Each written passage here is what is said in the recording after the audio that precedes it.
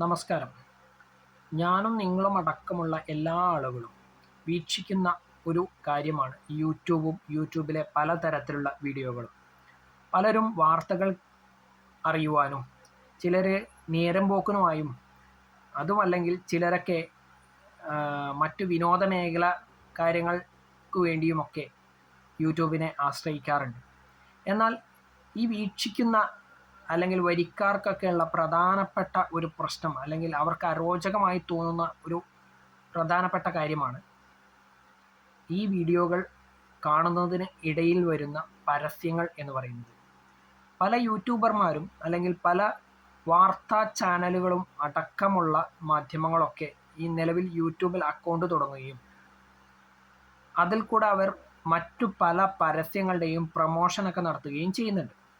അപ്പോൾ ഈ പരസ്യ പ്രമോഷൻ നടത്തുക വഴി ഇവർക്ക് നല്ലൊരു വരുമാന മാർഗം ഉള്ളത് കൊണ്ടാണ് ഇവരിത് ചെയ്യുന്നത്. കാഴ്ചക്കാർക്ക് ഇത് അരോചകമാണെങ്കിൽ കൂടി വരുമാനം എന്നുള്ള ലക്ഷ്യം വെച്ചുകൊണ്ട് നടക്കുന്ന ആളുകളെ സംബന്ധിച്ച് അവർക്കൊരു വരുമാന സ്രോതസ്സ് എന്നുള്ള നിലയ്ക്കാണ് അവർ പരസ്യം കാണിക്കുന്നത്. എന്തുകൊണ്ട് ഇത്തരത്തിൽ പരസ്യങ്ങൾ കാണിക്കുന്നു?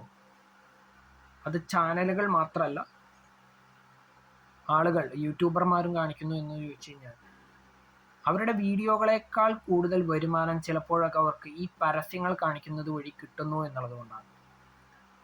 എന്തിന്? ഈ യൂട്യൂബ് എന്ന് പറഞ്ഞ സാധനത്തിന് തന്നെ കഴിഞ്ഞ ഒരു വർഷം ഏകദേശം 4 ലക്ഷം കോടിക്ക് രൂപയ്ക്കടുത്ത് പരസ്യ വരുമാനം മാത്രം ലഭിച്ചു എന്ന് പറയുമ്പോഴേ ഇതിൻ്റെ അവസ്ഥ സാധാരണക്കാർക്ക് മനസ്സിലാവുകയുള്ളൂ. നമുക്കൊക്കെ അരോചകമായി തോന്നുന്ന ഈ പരസ്യങ്ങൾ വഴിയാണ് പലരും നല്ലൊരു വരുമാനം കണ്ടെത്തുന്നത്. എന്തിന്? യൂട്യൂബിൻ്റെ വരുമാനമാണ് ഞാൻ ഇപ്പം പറഞ്ഞത്. 3 ലക്ഷം കോടിക്ക് മുകളിലാണ് യൂട്യൂബ് കഴിഞ്ഞ ഒരു വർഷം മാത്രം പരസ്യത്തിൽ കൂടെ മാത്രം സമ്പാദിച്ചത്. അപ്പോൾ ഈ പരസ്യങ്ങൾ നമ്മളെയൊക്കെ എത്രത്തോളം സ്വാധീനിക്കുന്നു എന്നുള്ളത് തന്നെയാണ് ഇതിനൊക്കെ പ്രധാനപ്പെട്ട കാരണം. നമ്മളൊക്കെ പലരും ദേഷ്യം പിടിച്ചുകൊണ്ട് സ്കിപ്പടിച്ചു പോകാറുണ്ട്. എന്നിട്ട് പോലും യൂട്യൂബിന് ഇത്രത്തോളം പരസ്യ വരുമാനം കിട്ടുന്നു എങ്കിൽ എന്തിന് യൂട്യൂബിനെയും അതുപോലെ തന്നെ യൂട്യൂബർമാരെയും മറ്റ് ചാനലുകളെയും ഒക്കെ നമ്മൾ കുറ്റം പറയുന്നു? കാരണം അവരുടെ ഒരു പ്രധാനപ്പെട്ട വരുമാന സ്രോതസ്സ് തന്നെയാണ് ഈ പരസ്യങ്ങൾ എന്ന് പറയുന്നത്. അപ്പം അതുകൊണ്ട് തന്നെ നമ്മൾ പരസ്യങ്ങളെ അവഗണിച്ചിട്ട് കാര്യമില്ല, സ്കിപ്പടിച്ചു പോയിട്ടൊന്നും കാര്യമില്ല. വരുമാനം നൽകുന്ന ഏതൊരു കാര്യത്തെയും സ്വീകരിക്കാൻ മനുഷ്യൻ തയ്യാറാണ് എന്നുള്ളത് കൊണ്ടാണ് ഇത്തരത്തിലുള്ള കാര്യങ്ങൾ നടക്കുന്നത് എന്നതാണ് വാസ്തവം.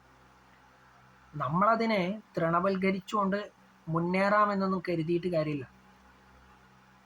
അതിലേക്ക് നമ്മൾ ആകർഷിക്കപ്പെടുകയും അത് കാണാൻ നമ്മൾ നിർബന്ധിതരാവുകയും, നമുക്ക് തന്നെ അറിയാം, സ്കിപ്പ് അടിക്കുന്നതിന് മുന്നേ ഏകദേശം കുറച്ച് സെക്കൻഡുകൾ മാത്രമെങ്കിലും ചില വീഡിയോകളെങ്കിലും നമ്മൾ കാണേണ്ടി വരാറുണ്ട്, പരസ്യ വീഡിയോകൾ. അപ്പം അതിൽ നിന്നും വരുമാനം നേടുന്ന ആളുകളെ സംബന്ധിച്ച് അതൊരു വരുമാന മാർഗമായതുകൊണ്ട് തന്നെയാണ് അവർ അതിനെ സ്വീകരിക്കുന്നത്. അപ്പോൾ പരസ്യം കാണണം കാണണ്ട എന്നൊന്നും ഞാൻ പറയുന്നില്ല. ഈ വരുമാനം ആണ് പലരുടെയും ലക്ഷ്യം.